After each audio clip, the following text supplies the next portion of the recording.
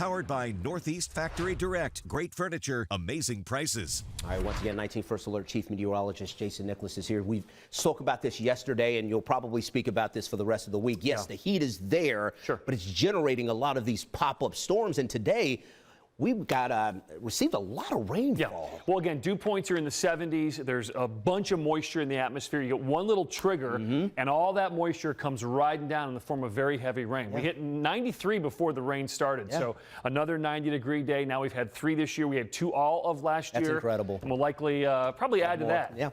As we head through the rest of the week. All right, take a look. Show what's going on outside right now. How about Edgewater Beach? Kind of like yesterday. We had a lot of people out there in the morning. The rains came in. Everybody got out. And then now as we've warmed things up and we've dried our skies, more folks are now enjoying the beach once again. But the rain can certainly put a damper on those plans. I'm optimistic about the Guardians and Mariners tonight, because for the most part, I think our big, steady, heavy rains have left us. Still can't rule out a couple of showers and storms between now and, say, 9 or 10 p.m. tonight. But for the most part, we're looking at a drying trend. And we've gone up again to 86 at Hopkins Airport. We were down in the low 70s, and we've warmed right back up as the rain has cleared. Last night, we went up to 90 again after the rain. So we're kind of getting used to this. From a meteorological standpoint, it's a little frustrating because those high, hot temperatures that we've been forecasting, while it's happened for Hopkins, it hasn't happened for everyone due to the rain. 91 Akron, 90 in Dover, New Philly. Look at Worcester. Feels like 99 with a 91 air temp. Feels like 100 in Sandusky. So those heat indexes are verifying, and certainly near dangerous levels. You do not want to be out and about in this heat and humidity if you don't have to for too long.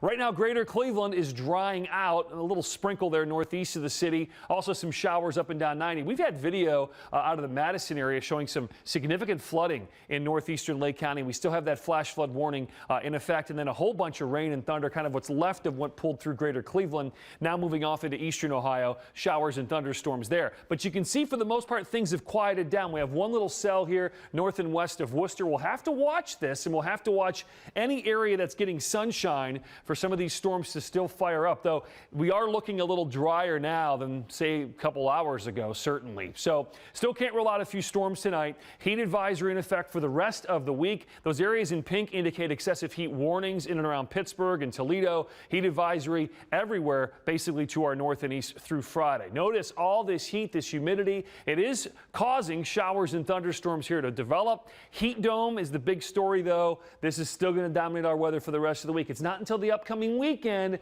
where we start to push it off the East Coast, most likely by Sunday into Monday of next week. Look at our dew points.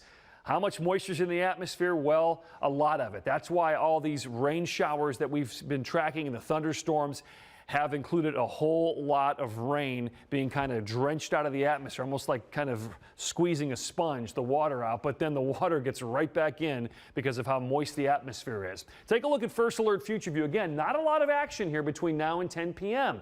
That's pretty good news. We will have to watch out, though, potentially tomorrow around lunchtime for another little area of rain and even some thunder with potentially strong storms once again tomorrow afternoon. And it does look like we'll dry things out a little bit later on tomorrow night, but you kind of get the picture here. Daily heat, humidity, and daily chances at showers and storms, at least all the way through the end of the week. More on what's going on tonight coming up.